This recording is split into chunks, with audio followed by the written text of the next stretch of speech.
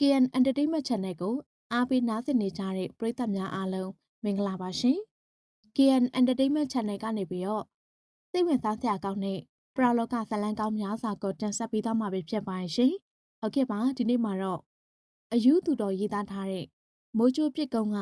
နှံလောကသားများဆိုတဲ့ဇာတ်လမ်းလေးကိုတင်ဆက်ပေးသွားမှာဖြစ်ပါရဲ့။ဒီရက်ကစမ်းပြလွန်းနေငွေတော်ရွာလေးရဲ့အစောမှာကြီးမားကျယ်ပြန့်လွန်းတဲ့စေဒီတဆူနဲ့ထန်းတော်ရီတစ်ခုရှိပြီးအဲ့ဒီနေရာနဲ့တိတ်ပြီးတော့မလန်းတဲ့နေရာစီမှာတော့စေတီငုတ်တူကြီးတစ်ခုရှိတယ်။ဒီစေတီကိုတာယကပေါင်းများစွာက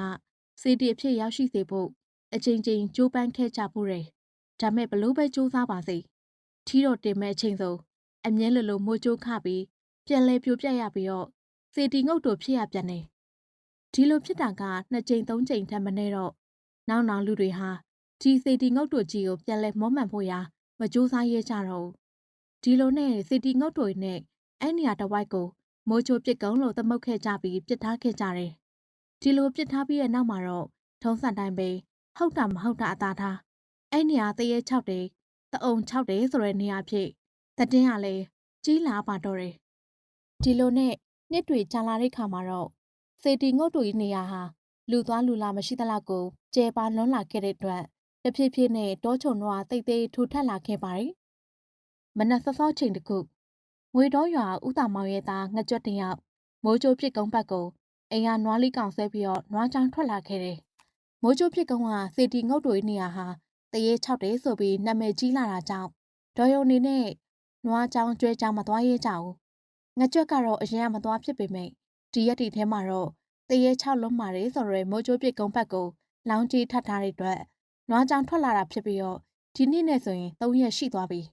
။မိုးချိုးပြစ်ကုန်းမှာနွားချောင်းဖို့တငယ်ချင်းငအောတို့ကောင်တွေနဲ့သူကငွေ20ကြီးလောင်းထားတာဖြစ်တယ်။လောင်းကြီးအင်ကသူကမိုးချိုးပြစ်ကုန်းမှာတပတ်တိနွားချောင်းရမယ်။တပတ်ပြည့်တဲ့အထိအဲ့မှာနွားချောင်းနိုင်သူကနိုင်ပြီ။သူနိုင်တာနဲ့ငအောတို့စီကနေလောင်းကြီးငွေပြင်ဆရာကြီးလို့ခေါ်တာပါခံရမယ်။သူလည်းစိတ်ကြိုက်ကြွားပါလို့ရမယ်။အခုနေတော့မိုးချိုးပြစ်ကုန်းမှာငကြွက်နွားချောင်းနေခဲ့တာ3ရက်ဒီ3ရက်အတွင်းထွေထူးပါမှမဖြစ်ခဲ့ဘူးအခုလေငကြွက်မိုးချိုးပြစ်ကုန်းစီကိုရောက်တာနဲ့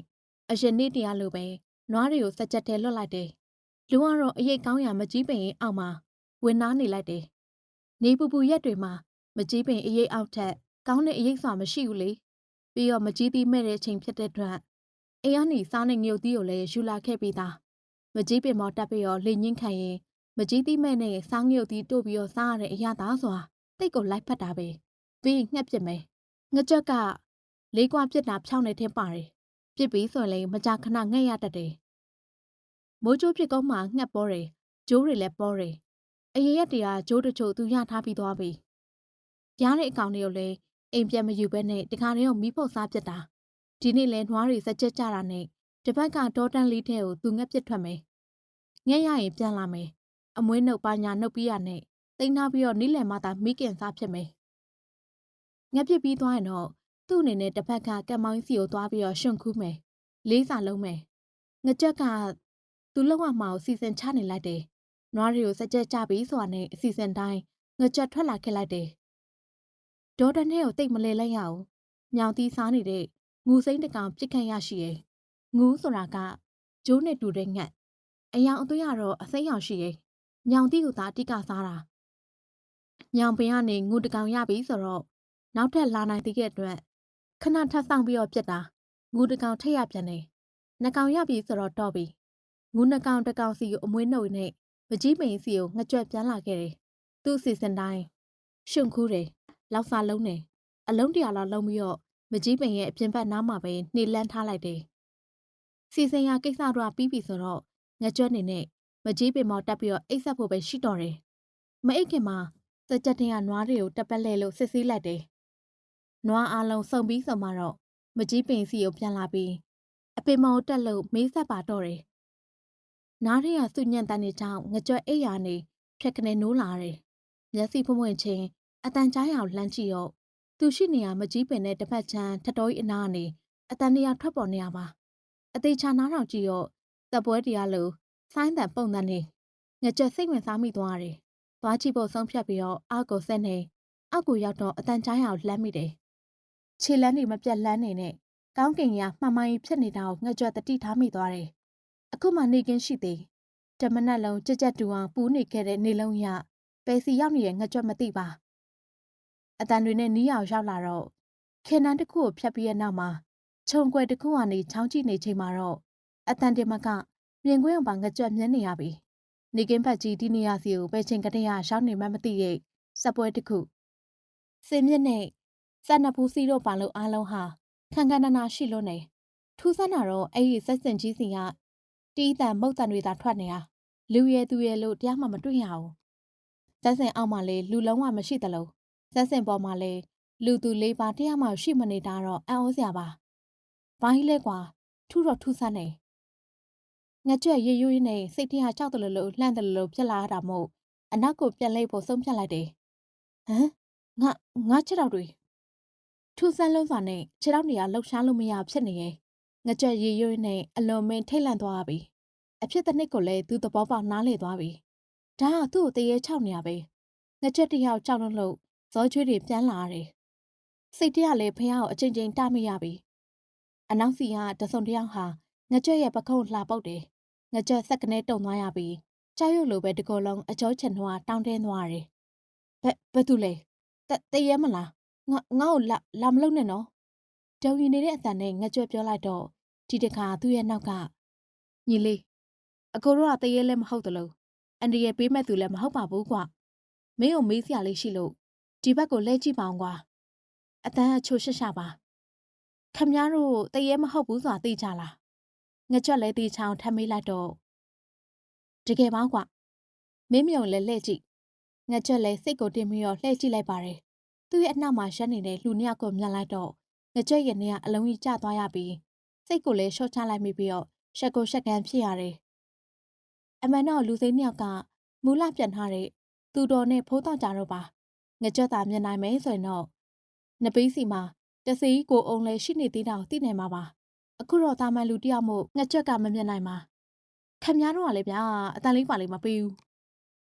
ငကြွက်ကပြောတော့တပတ်ကသူတော်နဲ့ဖိုးတောက်ကြရှိလိုက်ကြတယ်ညီလေးကအရှိကိုတသက်မမဲကြည့်နေရဘူးကွာအဲ့ဒါကြောင့်မင်းလန့်သွားမှာစိုးရနဲ့အခုလောလောက်တာပိုလန့်နာဗျငကိုကလေးကမှဟုတ်ပါဘယ်ဟာရောက်လာမှမသိရဲ့ဇက်ပွဲမြင်နေရပါတယ်ဆိုမှဇက်ပွဲဟာလားဘယ်မှာတော့ပျောက်သွားပြီဗျခုနဟိုးနေရာမှာကြုတ်တွေ့နေရတာသူတော်တို့လည်းငကြွက်လမ်းပြတဲ့နေရာကိုကြည့်လိုက်ကြတယ်ဩဘလူတွင်းရှိနေရပဲအနောက်ကယောဂီဝတ်သူတော်ပြောလိုက်တော့ဘလူတွင်းဆိုတာဘာလဲဆရာသူတော်ဖိုးတောက်ကြမေးလိုက်တော့အနောက်ကလူကတတက်လေးပေါ်အောင်ပြောလိုက်ပြီးဘလူတွင်းဆိုတာဘယ်လိုပြောရမလဲဆရာသူတော်ပြောချင်တယ်လို့ပြောဟိဘလူဆိုတာမြေအောက်မှာဘလူတွေလိုပဲအစုအပြုံလိုက်နေကြတဲ့ပုံသားတွေကိုတိချသုံးနှုံတာပါတောက်ကြရာပြောရရင်တော့ကျင်းအောင်နဲ့ကြက်တစည်းဆိုပါတော့ဩဖိုးတောက်ကြအော်တလုံးသာမတ်ချက်ချပေမဲ့ငကြက်ကတော့တုံရီသွားရပြီဒါဖြင့်ကျုပ်ခုနတွေးလိုက်တာကြက်တွေပေါ့ဆိုပါတော့သူတော်ရဲ့အဖြစ်ဆုံးမှာငကြက်ကဘာမှဆက်မပြောတော့ပဲနေရာလှည့်ထွက်သွားတယ်ဟာညီလေးမင်းကဘယ်ဟိုတော့ကျုပ်ဆက်ပြီးတော့မနေရတော့ဘူးဗျကျုပ်ပြန်တော့မယ်ဟာနေပါဦးမနေရတော့ဗျာပြောပြီးတော့ဆက်ထွက်သွားတဲ့ငကြက်ကိုဖိုးတောက်ကြကမန်ကတန်လိုက်ဆွဲရတယ်သူတို့နှစ်ယောက်အခြေတင်ဖြစ်နေကြတော့သူတော်အနောက်ရောက်လာပြီးသူမနေရတောင်ဆက်မတားပါနဲ့တောက်ကြရမေးစရာရှိရမေးပြီးတော့ကောင်လေးကိုပြန်ပါစီသူတော်ရဲ့စကားဆုံးမှာဖိုးတောက်ကြလက်ထက်ကနေငကြက်ကဖြတ်ကနေရှုံးလိုက်တယ်ဖိုးတောက်ကြဆက်ဖြည်းဖြည်းမျက်နှာနဲ့ငကြက်ကိုကြည့်ရင်စိတ်လျှော့ပါညီလေးဟာမလျှော့ဘူးဗျာခမရတို့ပါမေးမှလေမေးစရာရှိရမြန်မေးဩအေးဟွာမိုးချိုးပြစ်ကုန်းကဘယ်နားမှာလဲညီလေးများသိမလားမိုးချိုးပြစ်ကုန်းဆိုတာဒီနေရာပဲဟာလားဟုတ်တယ်ငကြက်ကလှမ်းအောင်ပြောပြီးတော့ဖိုးတောက်ကြပူကြည့်ကြည့်လို့ထွက်သွားခဲ့ပါတယ်ငကြက်နဲ့ဖိုးတောက်ကြရဲ့အဖြစ်ပြက်ကိုကြည့်ပြီးတစီကိုအုံကတဟဟနဲ့ရှိတယ်ဟဲ့လူကြီးရီးမနေနဲ့ဗျရီးရလို့ပါကွာဖိုးတောက်ကြရပြောစမ်းပါဦးဘယ်မှာရီးစရာပါနေလို့လဲပါတာပေါ့ဖိုးတောက်ကြရမင်းလှုပ်ပုံလဲမင်းပြန်ကြည့်အောင်မျက်နှာချိုသွေးထားတာတော့မှဟိုကမင်းကိုစားတော့ဝါတော့မလို့ကြည့်နေရတော်သေးတာပေါ့ကွာကဲနဲ့ပါထုမသွားလို့ဩခမရအဲ့ဒါရီးတာပေါ့ရီးတာပေါ့ကွာအေး တလောက်ရီဆိုလဲရီပြားခမည်းရီတာနဲ့ဟိုကကျုပ်ကိုခဲနဲ့ထုမသွားပေမဲ့ကျုပ်ကတော့ခမည်းကိုခဲနဲ့လိုက်ထုမှာဗျဖိုးတော့ကြာပြောဆိုဆိုပစွန်ကျစ်စာခဲတစ်ခုကိုပြေးကောက်တယ်တစီကိုအုံးကလည်းရက်မနေဖိုးတော့ကြာပြေးကောက်တဲ့ကျစ်စာခဲကိုပြေးကန်ထုတ်လိုက်ပြီးတော့လောင်ပြောင်လို့ရှိပြန်တယ်ဟာဒီလူကြီးဖိုးတော့ကြာလက်သီးကိုစုပ်ပြီးတော့တစီကိုလိုက်ထိုးပါအောင်တစီကဖိုးတော့ကြာကိုစနောက်နဲ့ထွက်ပြေးတယ်သူတော်ကတစီနဲ့ဖိုးတော့ကြာတို့တစ်ချက်ကြည့်ပြီးတော့ဘာမှမပြောပဲဘိုးချိုးပြစ်ကုန်းရဲ့အတွင်းစီကိုဝင်ခဲ့လိုက်တယ်ဒီနေရာကသူတို့ပင့်ဆောင်ထားတဲ့ဖျားငါးစုကင်းဝေးရမနေရပါလက်ရှိမှာတော့ဒီနေရာကိုသူတို့ရောက်ရှိပြီးတော့ဖျားငါးစုကင်းဝတ်မဲ့စီဒီတော်ကြီးကိုပြန်လဲမောမှတ်ဖို့စတင်ရမယ်အတွင်းပိုင်းကိုရောက်တော့ခြုံနယ်ပိတ်ပေါင်းတွေအုပ်လွမ်းထူထပ်နေတဲ့တချမ်းပြိုနေတဲ့စီဒီငုတ်တိုကြီးကိုသူတော်မြင်တွေ့လိုက်ရတယ်သူတော်ရောက်လာလို့လားတော့မသိစီဒီငုတ်တိုကြီးပေါ်မှာပြေးလွှာဆော့ကစားနေတဲ့မင်းစားလေးနှစ်ကောင်ကအောက်ကိုကတော့ကမျောဆင်းပြေးလာပြီးအုတ်ချိုးအုတ်ပဲ့တို့အကြောင်းလက်ကနေပြေးဝင်သွားတယ်ဒါကိုကြည့်ပြီးတော့သူတော်အသားရပြုံးလိုက်မိတယ်မကြခင်မှာစတင်ရတော့မယ့်အလုပ်တွေအတွက်ကိုပတ်ဝန်းကျင်ကိုလိုက်ကြည့်ရင်ခေါင်းထဲမှာစီစဉ်တွေချမှတ်တွေးတော့တယ်သူတော်နင်ကိုယ်တိုင်ချွေးနေပေးဆက်ဒီကိစ္စကိုအများသူငါကြားနေရမှနင်းကိုတမေရွေးပြီးတော့စိတ်ခိုင်းကြတယ်ဆိုတာအထက်ကအဖိုးဆရာတွေကနင်းကိုအပြစ်ဒဏ်လွတ်ကင်းစေချင်လို့ပဲနားလေလားအဖိုးစာတီရဲ့စကားတန်ကိုသူတော်နားထဲမှာကြားအောင်လာမိတယ်အရင်ဦးဆုံးနေရာထိုင်ခင်းအတွက်ကိုသူတော်ရှာဖွေတော့မကြီးမင်အောက်ကနေရာလက်လေးကိုသဘောကျမိပြီးတော့အဲ့မှာပဲနေထိုင်ဖို့ဆုံးဖြတ်လိုက်တယ်သူတော်နေရာရှင်းနေတုန်းမှာပဲဖိုးတောက်ကြနဲ့တစီတို့ရှောင်းလာကြတယ်ဖိုးတောက်ကြမျက်နှာတုံမုံနေပြီးစကားတခုမှမဆိုဘဲနဲ့သူတော်လောက်ကင်နေတာတွေကိုလှာရောက်လောက်ကူတယ်တစီကိုအုံကအနောက်ကရှောက်လာတယ်ခက်လက်လက်မှငုတ်တို့ကြီးဝင်ထိုင်နေတော့ရံဖြစ်လာကြပြန်ပြီလားတယောက်ကမှပြန်မပြောချဘူးသူတော်လေတစီကိုလှမ်းကြည့်ပြီးတော့တစီဒီကုန်းတခွင်ကိုလှည့်ပြီးတော့နန်လောကသားတွေကိုဒီကဘုရားကိုပြန်လဲမွမ်းမှန်မဲ့အကြောင်းကိုလိုက်ပြောကူညီချင်တဲ့သူကလာပြီးတော့ကူညီလို့ရတယ်မကူညီချင်ဘူးဆိုရင်မနှောက်ယှက်ဖို့ပြောခဲ့ပါမနစ်ဖြတ်မနှက်အာယုံမှာအလုပ်တွေစမယ်လို့လည်းပြောခဲ့ပါဟုတ်ကဲ့ဆရာသူတော်တစီကိုအုံထွက်သွားတယ်သူတော်လည်းဖိုးတောက်ကြနဲ့တူသူတို့နေထိုင်မဲ့နေရာလေးစီမှာနေရာထိုင်ခင်းကိုဆက်လုံးနဲ့နေရခဲ့တယ်နောက်နေ့မနက်ဝီလင်းချိန်မှာတော့သူတော်တို့ဟာဖျားငုတ်တွေနဲ့နှစ်ပေးပတ်ဝန်းကျင်ကိုတန်ရှည်တွေစတင်လုပ်လို့လှုပ်ဆောင်ကြပါတယ်ခြုံတွေပိတ်ပေါင်းတွေကိုအရင်ဆုံးခုတ်ထွင်လို့ရှင်းလင်းကြတယ်ခဏလှုပ်ပြီးရဲ့ချိန်မှာတော့မောကြပြီးမို့ခဏထိုင်နာကြတယ်တစီမနေ့တုန်းကဆရာသူတော်ပြောခိုင်းတာကိုခမသေးချောပြောခဲ့ရလားပြောခဲ့တာပေါ့ဖိုးတောက်ကြရငါတော့ထင်မထားမိဘူးဒီကုန်းကြီးမှာငါလိုပဲနန်လောကသားတွေကအတော်များတာပဲသူတို့ကပြောတယ်ကွာဒီလိုနေ့ရက်မျိုးကိုကူညီဖို့အတွက်အနေနဲ့အရရက်ကနေရောက်လာကြတာတဲ့ဟမ်ခမရသာပြောနေတာအခုထိလည်းတရားမှရောက်မလာကြဘူးဖိုးတောက်ကြပြောတော့တစီရလေသူကောင်းကဂျိုးတို့ကျက်တဲ့စပင်းတွေကိုလက်ထဲလိုကောက်လိုက်မိရဲ့အဲ့ဒီအချိန်မှာစေတီငုတ်တို့ရဲ့ပြက်စံရန်အထက်စီကမနေ့တုန်းကသူတော်တွေ့ခဲ့ရာမင်းစာလေးနှစ်ကောင်ကကွီကွီကွကအစံပေးရင်ဆင်းချလာတော့သူတော်ကမင်းစာလေးတွေကိုကြည့်ပြီးခပ်ဖွားဖွားပြုံးလာတယ်သူယူအဖြစ်နေဆိုရင်အလုံးမွေလို့နဲ့သူတော်ကအခုလိုကြပြန်တော့ရေနဲ့စီလိုကွာချားနေတတ်ပြန်အောင်မင်းစာလေးတရားသူတို့စီကိုအသက်ဆူဆူလေးတွေနဲ့နှစ်ခွန်းသုံးခွန်းလှမ်းអော်ပြီးတော့နှစ်ပေးရခြုံမင်းတွေကိုဆွဲချိုးဆွဲလဲတယ်ဟောဟိုမှာလာကူညီနေကြပြီသူတို့နှစ်ယောက်နဲ့တော့အလောက်ကဖြစ်ပါအောင်မယ်ဗျာဖိုးသားကြစကားဆုံးရုံရှိသည်သူတို့ရှိနေရရဲ့တစ်ဖက်ချမ်းစီကခြေတံတွေအများပြားကိုကြားလိုက်ကြရပါတယ်ခြေတံတွေကနီးကပ်လာချိန်မှာတော့အကောင့်ထဲတွေကိုလည်းမြင်ကြပြီဟာမနေမနှောပါလားသူရရွတ်တယ်လို့ပါပဲတစ်ဖက်ကရောက်လာကြသူနှံလောကသားတွေကရာကနန်းကြော်တဲ့အထိရှိနိုင်တယ်တစိရတော့တောက်ကြည့်ပြီးတော့ပြုံရှိနေတယ်ကျွန်ုပ်တို့ကူညီဖို့ရောက်လာကြပြီဦးဆောင်လာပုံရတဲ့နှံလောကသားတယောက်ကသူတို့လှမ်းပြောတော့သူတော်ကကောင်းကိုညှိလိုက်ပြီးခြုံနယ်ပိတ်ပေါင်းတွေကိုရှင်းချပါတယ်မိတ်ဆွေကောင်းပါပြီကျွန်ုပ်တို့ကူညီပါမယ်နန်လောကသားတွေဟာခြုံနယ်ပိတ်ပေါင်းတွေကြားကိုဝရုံတုံကဝင်ရောက်ကုန်ကြပြီးဆွဲဖယ်ချိုးဖြတ်လို့ရှင်းလင်းကြပါတော့တယ်အချိန်ကမနက်လင်းအာရုံအချိန်သာရှိသေးတယ်နေရောင်ကထွက်မလာသေးဘူးသူတော်တို့လည်းနှံလောကသားတွေနဲ့တူတူနောက်ထပ်တခဏလောက်ရှင်းလင်းလှုပ်ဆောင်ကြတယ်မနက်နေထွက်လာချိန်မှာတော့နှံလောကသားတွေဟာသူတော်တို့ကိုနှုတ်ဆက်ပြီးတော့ပြန်သွားကြပြီစေတီငုတ်တို့ကြီးဝန်းကျင်မှာတော့ အတော့ရှင်းလင်းခဲ့ပြီးဖြစ်ပြီးမင်းစားလေးနှစ်ကောင်ကလည်းသူတော်တို့နှုတ်ဆက်ပြီးတော့အုတ်ကျိုးအုတ်ပြက်တွေအကြောင်းဝင်ရောက်သွားပါတော့တယ်။အဲ့ဒီနောက်မှာတော့နေမရင်ခင်မှာဖိုးသူတော်နဲ့ဖိုးသားကြတို့ကအုတ်ကျိုးတွေအကြားကနေကောင်းတို့ရရအုတ်ခဲတို့ပြန်ရွေးထုတ်ကြတယ်။နေရင်လာတော့သူတို့နားခုပေါ်လှုပ်ထားရမကြေးမဲ့အရေးစီမှာပြန်လာခဲ့ကြတယ်။ဆရာသူတော်ကြည်နိုးစရာကြီးပြနော်။ဟုတ်တယ်။သူတို့ကကြွချင်လွတ်ချင်တော့တကူးတကောက်ပဲဒီကိုရောက်လာပြီးတော့လှဆောင်နေကြတာကွ။တစ်ဖက်ဒေါဆက်စီယာစကားတန်တွေကိုသူတော်တို့ကြားမိလိုက်ကြရတယ်။စောင့်ကြည့်နေလိုက်တော့မချလိုက်ပါ။မနေ့တုန်းကထွက်ပြေးသွားတဲ့ငှက်ကြွက်နဲ့တငယ်ချင်းတဆူရောက်ရှိလာကြတယ်။သူတို့ရဲ့လက်ထဲမှာလေးကွာတွေအသင်ကင်ထားကြတာကိုသူတော်တို့ကမြင်မိကြတယ်။အနောက်လမ်းခေါ်ဖို့ဖိုးသားကြောင်သူတော်ကပြောလိုက်တယ်။ဟေးလာကြကွ။မင်းတို့အတွက်ကြောက်စရာမရှိဘူး။ကြက်တွေရှိတယ်ဗျ။မရှိပါဘူးလာကြစမ်းပါ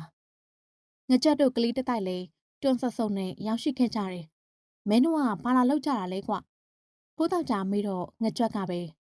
မနေ့တုန်းကကျုပ်ကိုခြောက်လန့်ခဲ့တဲ့ကြက်တွေကိုမကျေနပ်လို့ရောက်လာတာဗျ။ဒါဆိုဒါတွေကစစ်ကူတွေကိုခေါ်ခဲ့တာပေါ့။သူတော်ကငကြွက်နောက်ကကလေးတတိုက်ကိုကြည်နေမေးလိုက်တော့အထင်ကကလေးတယောက်ကဟုတ်တယ်။ကြက်တွေကလူကိုသိစီနိုင်လောက်အောင်မခြောက်လန့်ပါဘူးကွာ။ဟိုး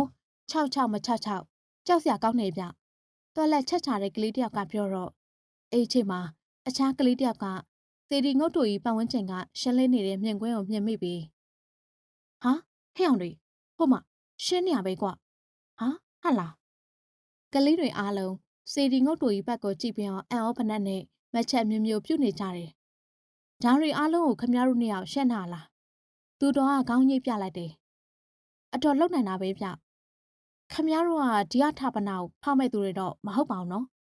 ငကြက်ရဲ့ချီကျူးမှုမှာကလေးတယောက်ကထားပြီးတော့သူတော်ကပြုံးလိုက်ပြီးမဟုတ်ပါဘူးကွငါတို့ကဖះမွတ်မှတ်ပြီးတော့ပြန်တယ်မှာဟာဒါဆိုရင်တော့ခမရတို့ဒုက္ခရောက်တော့မှာပဲဘာဖြစ်လို့တော့ဖိုးတော့ကြာမေးလိုက်တော့ငကြွက်ကဒီဖះငုတ်တို့ကြီးကပြုတ်ပြင်လို့မရဘူးဗျပြုတ်ပြင်လိုက်တိုင်းထီးတင်ကနေကြရင်မိုးကြိုးပစ်ချလို့ပြန်ပြိုကျသွားတာဟုတ်တယ်ဗျအခုလည်းပဲခမရတို့ပြင်ဆင်ကြရင်မိုးကြိုးထက်ပစ်လိုက်မယ်ကလေးတတိုက်ရဲ့အပြောမှာသူတော်ဟာနိမ့်ကကပြုံးလိုက်တယ်ဒီတခါတော့မပြစ်တော့ပါကွာအကိုကဘာတွေများလှုပ်ထားလို့တော့ဘာမှမလုပ်ပါကွာဒီဖះကအစတုန်းကထီတော်တင်လို့မရတဲ့အထိဖြစ်ခဲ့တယ်ဆိုတာရသေးကြီးတစ်ပိုင်းရဲ့တစ္ဆာပြုထားမှုကြောင့်ကွာအခုအဲ့ဒီရသေးကြီးကပြန်ရောက်လာပြီဒီတော့သူပြုထားတဲ့တစ္ဆာတရားတိုင်းဖြစ်လာတော့မှာပါအော်မင်းတို့လည်းကုသိုလ်လို့ချင်တော့လာကူညီလို့ရရင်နော်ကလေးတို့လာတော့မကူညီရဲဘူးအခုတော့ရွာနေခိုးထွက်လာတာကျုပ်တို့မိဘတွေကဒီနေရာမလာစေချင်ဘူးဗျအင်းမနောက်တော့လာကူပေါ့ကျွန်တော်တို့နဲ့စကားပြောပြီးရနောက်ကလေးတတိုက်ပြန်သွားကြတယ်နေ့လေပိုင်းရောက်တော့သူတို့ကမကြီးပင်အောင်မှာပဲတမထထိုင်လို့ရှိနေတယ်ဖိုးသားကြလဲအစသူတော်နီးတူလိုက်ထိုင်တယ်ဒါမဲ့ကြကြမထနိုင်ဘူးနိုင်အနှဲငယ်ကြမှာညောင်းညာလာတာကြောင့်တမထဖြုတ်ပြီးတော့ထိုင်းနေမိတယ်တစိမ့်ကတော့အနားမှာရှိမနေဘူးသူ့အတွက်အဖော်ပေါင်းတို့များစွာရရှိနေတဲ့အတွက်အလေထွက်သွားတယ်လို့ယူဆရပါတယ်ဖိုးသားကြလဲဘာရင်မဟုတ်ထိုင်နေရနေသူတော့ကြည့်မိတယ်သူတော့ကသူယူဖြစ်နေဆိုတကယ်ကိုထိန်းရကိုရခက်ခဲပေမဲ့အခုလိုမူလပြန်နေချိန်မှာတော့အင်ရီတိတ်ခါအလွန်ရင့်တန်လို့နေဒီလိုရှိနေတာကိုဖိုးသားကြသဘောကျမိပါတယ်အားလဲချမိတယ်ဒါမဲ့အခုလိုမျိုးပြင်းစရာကောင်းတဲ့နေ့လည်နေကင်းမျိုးဆိုရင်တော့ဖိုးသားကြသူတော့သူယူဖြစ်နေရှိစေချင်မိရဲ့သူတော့သာသူယူဖြစ်နေရှိနေမယ်ဆိုရင်စကားသမီးပြောနေစားရင်နှောက်ရင်အချိန်တို့ကုံလွန်ရတယ်မလားဟူဘာရင်မဟုတ်သပြင်းတစ်ချက်ကိုဖိုးတော့ကြာချလိုက်မိရဲ့စေတီငုတ်တို့ကြီးဘက်ကိုအမတ်တမဲ့ကြည့်မိတော့ဒီတခါသူ့ရဲ့မြင်ကွင်းရှိမှရုတ်တရက်ဝီဝါးသွားခဲ့ပြီးအရင်ရောင်တချို့မြင်ရောင်လာမိရပါတယ်ရသေးကြီးတပါးကတဝက်တစ်ပြက်ရုံလုံးပေါ်နေပြီဖြစ်တဲ့သေတီစီမှာအုတ်တွေကိုသူကိုယ်တိုင်စီရင်အမှန်ရင်လောက်ကနေတာပါဖိုးတော့ကြာဒီမြင်ကွင်းကိုဘာကြောင့်မှမသိအသက်ရှူဖို့တော့တတိမရပဲငေးကြည့်နေမိတော့တယ်ခဏကြာမှတော့ဒီမြင်ကွင်းတွေဟာဖိုးသားကြအမြင်ကနေပျောက်ကွယ်သွားပြီးစေတီငုတ်တို့ယူသားပြန်ပြန်လိုက်ရတယ်။အဲ့ဒါမင်းရဲ့အတိတ်ဘဝရသေးလေးတောက်ကြဘဲချင်းကတဲ့ဟာသမထဖြုတ်ပြီးတော့ထိုင်နေမှမသိရဲ့သူတော်ရဲ့စကားဖိုးသားကြသူတော်အံ့ဩမဆုံးနဲ့လမ်းကြည့်ရင်အဲ့ဒါဆို အဲ့ဒါကျုပ်ပေါ့သူတော်ကခေါင်းကိုအသားရညှိပြလိုက်ပြီးဖိုးတောက်ကြလေကြောက်ရွံ့ကြီးလိုငောင်ပြီးတော့တွေးတွေနဲ့ထိုင်းနေမိတယ်အဲ့ဒီခိုင်မှာတစီကိုအုံကသူတို့စီကိုအပြည့်တစ်ပိုင်းလာနေတာတွေ့လိုက်ရပါတယ်တစီတော့ဘာဖြစ်လာတယ်မသိဘူး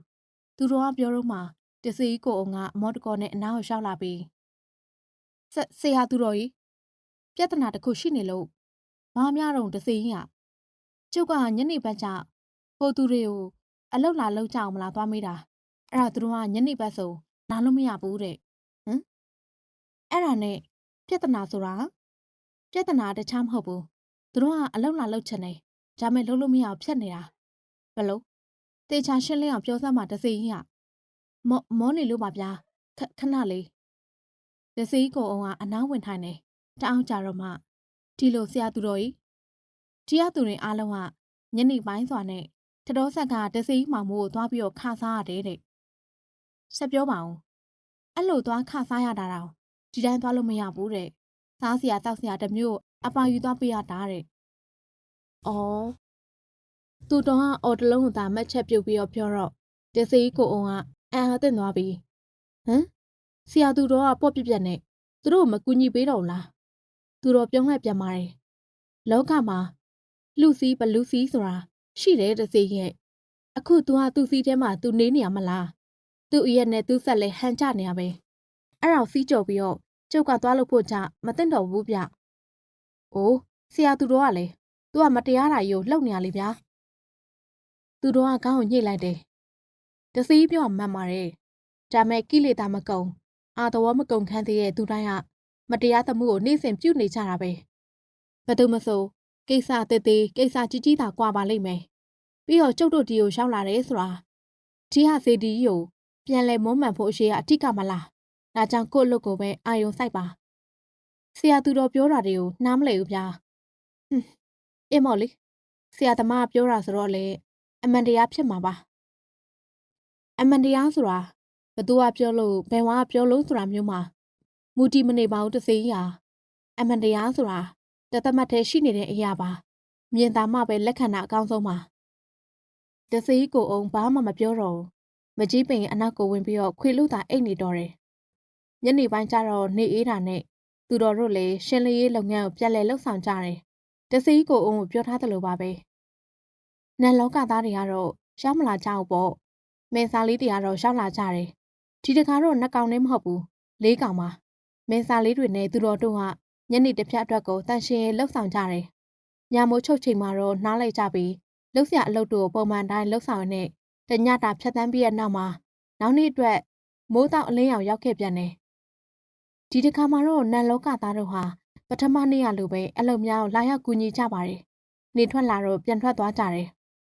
သူတော်တို့လည်းနေမရင်ခင်တီအလုပ်လုပ်ကြပြီးတော့နေရင်လာတော့မကြီးပင်အောင်မှနားကြတယ်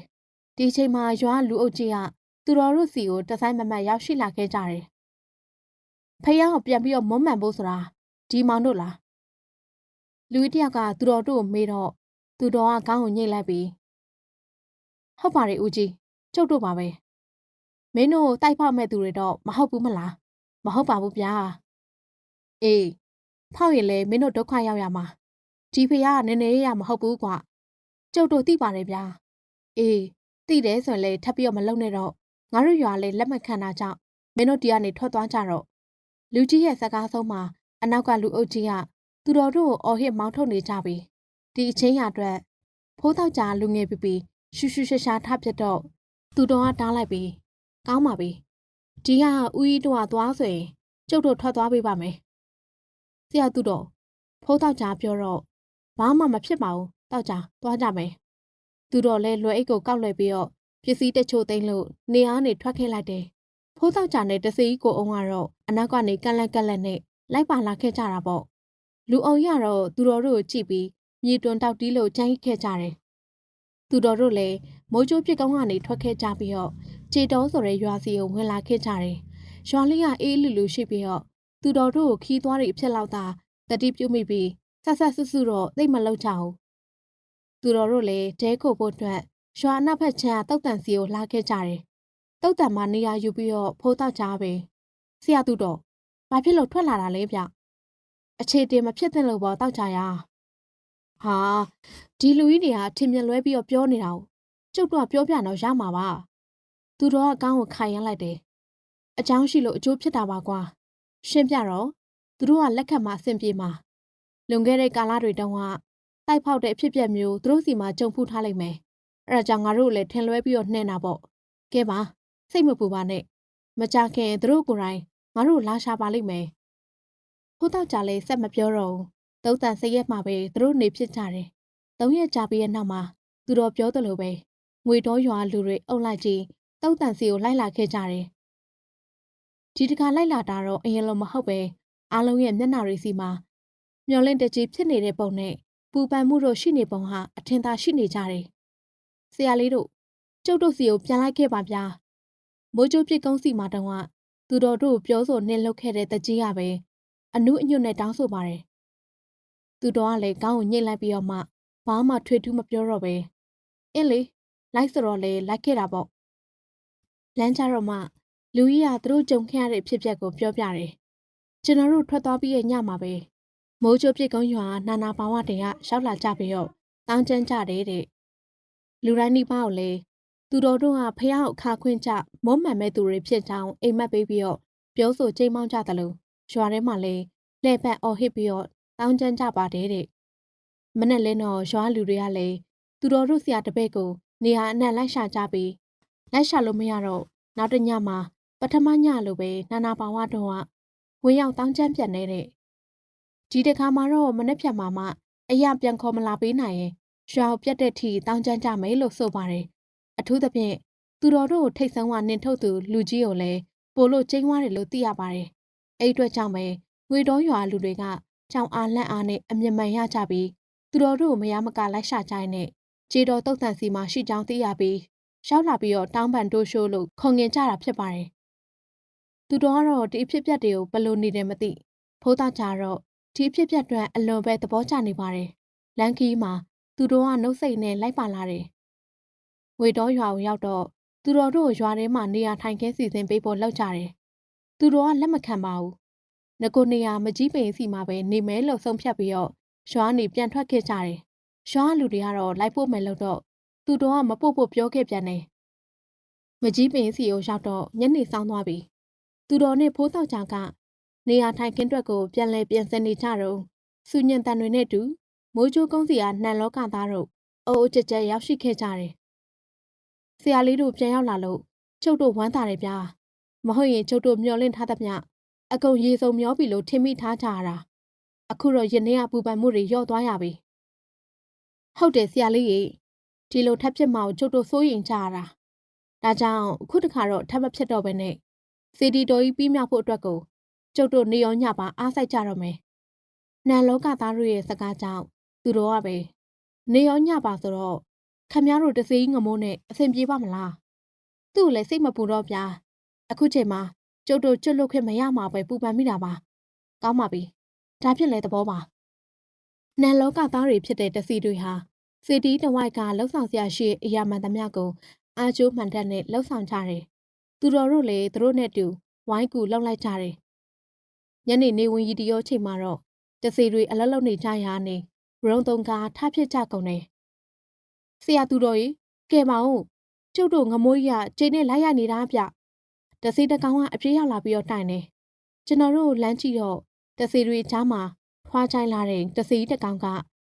မမိတ်မြင်ရကိုခြေလုံးနဲ့အတင်းလိုက်ရတာတွေ့ရတာပါစီးကိုတော့ကြော်သွားခဲ့ပြီပဲသူတော်ကရေရွတ်ပြီးတော့ငမိုးကြီးရှိရာစီကိုလှမ်းသွားလိုက်တယ်ဖိုးတောက်ချာနဲ့တစီကိုအုံးကလည်းအနောက်ကနေကတ်လိုက်တယ်မိတ်ဆွေဘဲအတွက်ကြောင့်သူများကုသိုလ်ရေးလုပ်နေတာကိုအခုလိုအနိဋ္ဌာယုံစံစီရတယ်လေလေတံမမှန်နဲ့ပြောလိုက်တဲ့သူတော်ရဲ့စကားဆုံးမှာငမိုးကြီးအလှည့်ကြည့်တယ်မျက်နှာချင်းဆိုင်မြင်ရတော့မှငမိုးကြီးဟာအတော့ကိုရုပ်သွင်းကြမ်းတမ်းပြီးတော့ကြောက်စရာကောင်းတော့မြင်မိကြတယ်မင်းတို့ကငါ့ရဲ့အစီမားတွေကိုစီယုံသွားတဲ့ကောင်တွေပဲငမိုးကြီးကတော့တကြီးကျင်းသွားပေမဲ့သူတော်ကလေပြေအေးနေပဲမှားသွားပါပြီမိတ်ဆွေသူတို့ကမိတ်ဆွေရဲ့အစိပါမဟုတ်ပါဘူးသူတို့ကဒီနေရာနဲ့အဆက်အနွယ်ရှိကြတဲ့သူတွေပါကျွတ်ချင်လွတ်ချင်လို့သူတို့ကဒီမှာကူညီနေကြတာပါငါမသိဘူးဒီနေရာငါအပိုင်ငါနေရာ ဒီထဲကိုရောက်လာသူမှန်သမျှငါ့အတွက်အစီပါလုံးရမှာပဲဒါကငမိုးရဲ့အမိတ်အတန်ကုန်အော်ဟစ်လိုက်တဲ့ငမိုးကြောင့်တစေတွေပြပြဝတ်ကုန်တယ်သူတော်လေဒီတိုင်းပြောလို့မရမှန်းသိတော့တပ်ပြင်းကိုအသာချလိုက်ပြီးကောင်းပြီလေဒါဖြစ်လေဒီနေရာမှာဘသူကအရှင်သခင်ဖြစ်ဖို့အရေးချင်းရှိလေဆိုတာသိရအောင်ကျုပ်စီကဟော်ရီကိုအုံးနဲ့မိတ်ဆွေနဲ့ပညာစွမ်းပြန်ကြပြကောင်းပြီလေပြန်ကြတာပေါ့တစေးကိုအုံးတုံရီသွားရတယ်ငမိုးရသူ့ထက်ကိုခွန်အားအရာကအကောင့်ထဲပါကြီးမားလွန်းနေလို့ပါဆရာသူတော်အတန်တုံရင်ပြီးတော့သူတို့လက်ကုပ်ခေါ်တဲ့တစေးကိုအုံးကိုကြည့်ပြီးဖိုးသောက်ကြရှိတယ်ဘာမှမဖြစ်ဘူးကျုပ်ရှိရတစေးရင်ကျုပ်ရှိတယ်ဖြစ်ပါမလားဆရာသူတော်ရဲ့ဖြစ်ပါတယ်သွားပါတစေးကိုအုံးလဲငမိုးနဲ့ရင်ဆိုင်ဖို့အရှိကိုလှမ်းတူးလိုက်တယ်ဒီအချိန်မှာငမိုးရတစေးကိုအုံးကိုလှမ်းဆွဲလို့တပုံပုံနဲ့ကိုင်းပေါက်တော့တာပဲတစေးကိုအုံးခမဘာမှမတုံ့ပြန်နိုင်ပဲငမိုးကြီးပြုတ်သမျှနှုတ်နေရတယ်သူတော်ဘာလို့မလဲလို့ဖိုးသောက်ကြကြည့်တော့သူတော်ကခက်အေးပါပဲဆရာသူတော်တခုခုမလုပ်တော့လားဟုတ်ပါတစေးရသေးတော့မှာဗျအတန်နေပါတော့ကြခေါင်းဆောင်ဆိုတာဘလို့ဆိုတာမကြခင်မှအဖြေပေါ်ပါလိမ့်မယ်ဖိုးသောက်ကြငိမ်ကုတ်သွားတယ်သူတော်ပြောပြီးတော့တိတ်မကြဘူးတစေးကိုအုံးဘက်ကနေမခမရက်နိုင်တဲ့တခြားတစေးတွေကငမိုးကြီးကိုဝင်ရောက်လုံးထွေးကြတော့တာပဲတစေးတွေကအရှိအဝင်လုံးတော့အနောက်ကတစေးငယ်တွေပါလာကြတယ်တစေးငယ်တွေကဝင်လုံးမှာတော့မင်းစာတွေကလည်းပါလာကြတယ်အင်းနဲ့အားနေဆိုတော့ငမိုးကြီးခမဘလို့မှချင်းနေမဟန်တော့ဘူးဝိုင်းဝန်းထုထောင်းကြတဲ့ဒန်းကနေဒူးထောက်လို့အရှုံးပေးတော့မှငမိုးကြီးတက်တာရသွားတော့တယ်ဒီတစ်ခါမှာတော့တစီတရားဝမ်းသာအားရကြွေးကြော်တန်းတွေညှံစီပြီးတော့သူတို့ဘက်ကနေအနာခံလို့ငမိုးရုံရင်ဆိုင်ပေးသူတစီကိုအုံးကိုလည်းဝိုင်းမလို့မြောက်ကစားကြတယ်သူတို့ရဲ့နှုတ်စီကလည်းတစီကိုအုံးကိုသူတို့ရဲ့ကောင်းဆောင်ဖြစ်တင်းမြောက်ချောင်းကိုပြောပြကြတယ်သူတို့ကလည်းဖြစ်ပျက်ကိုကြည့်လို့ပြုံးမိပြီးငမိုးရှိအောင်သွားလိုက်ပါတယ်ကဲမိတ်ဆွေခေါင်းဆောင်ဆိုတာဘယ်လိုမျိုးလဲအကြီးကဲဆိုတာဘယ်လိုအရေးချင်းတွေရှိရမလဲဆိုတာမိတ်ဆွေကြီးမျက်မျက်ပဲကိုတိုင်းကနိုင်ထက်စီးနေအကြီးကဲပါဆိုပြီးတော့ကြွေးကြော်နေရထက်အများကတင်မြောက်တဲ့အကြီးကဲကပို့ပြီးတော့မြတ်တယ်အများကအဲ့လိုတင်မြောက်ဖို့အတွက်ကိုလည်းအကြီးကဲတယောက်စီမှာရှိရမယ်အကြီးမားဆုံးအရေးချင်းကတော့ငယ်သားတို့ရဲ့လိုအပ်မှုတို့ဂျိုးကိုဖြည့်ဆည်းပေးချက်နဲ့ကိုတိုင်းကအနစ်နာခံချက်မဲဆိုတာကိုဒီလောက်ဆိုတော့မိတ်ဆွေနားလေလောက်ပြီလို့ထင်ပါတယ်သူတော်ရဲ့စကားဆုံးမှာငမိုးရကောင်းကိုမှော့ကြည့်ပြီးတော့ကျုပ်နားလေပါပြီဆရာကျုပ်ကိုခွင့်လွှတ်ပါသူတို့တွေကိုမိတ်ဆွေပြုမှုခဲ့ဖူးတာတွေအတွက်တောင်းပန်လိုက်ပါသူတို့ကခွင့်လွှတ်ပြီးဆိုတော့အေးရာကြေးအေးသွားပါပြီဟုတ်ကဲ့ပါငမိုးစီယာစကားကိုကြားပြီးတဲ့အချိန်မှာသူတော်ကလည်းသူနေထိုင်ရာမကြီးပင်စီကိုပြန်ထွက်ခဲ့ပါတော့တယ်ဟုတ်ကဲ့ပါရှင်ဆရာနောင်ရိုးရေးသားထားတဲ့မိုးချိုးပစ်ကုန်းဆိုတဲ့ဖြစ်ရမှန်ကံပီယာဇလန်းလေးကတော့ပြီးဆုံးသွားပါပြီရှင်ဇလန်းလေးကိုအစနဲ့အဆုံးထိနားဆင်ပေးကြတဲ့ပရိသတ်တရားချင်းစီတိုင်းကိုလည်းကျေးဇူးများတင်ပါတယ်ရှင်အခုလိုမျိုးဇလန်းကောင်းများစွာကိုမလွတ်တမ်းနားဆင်ချင်နေဆိုရင်တော့ channel လေးကို like and subscribe လေးလုပ်ပေးသွားဖို့နဲ့ဇလန်းတစ်တင်တိုင်းသိရှိနိုင်စေဖို့အတွက်ဘေးနား notification လေးကိုလည်းနှိပ်ပေးသွားခဲ့ပါအောင်နော်ကျေးဇူးတင်ပါတယ်ရှင်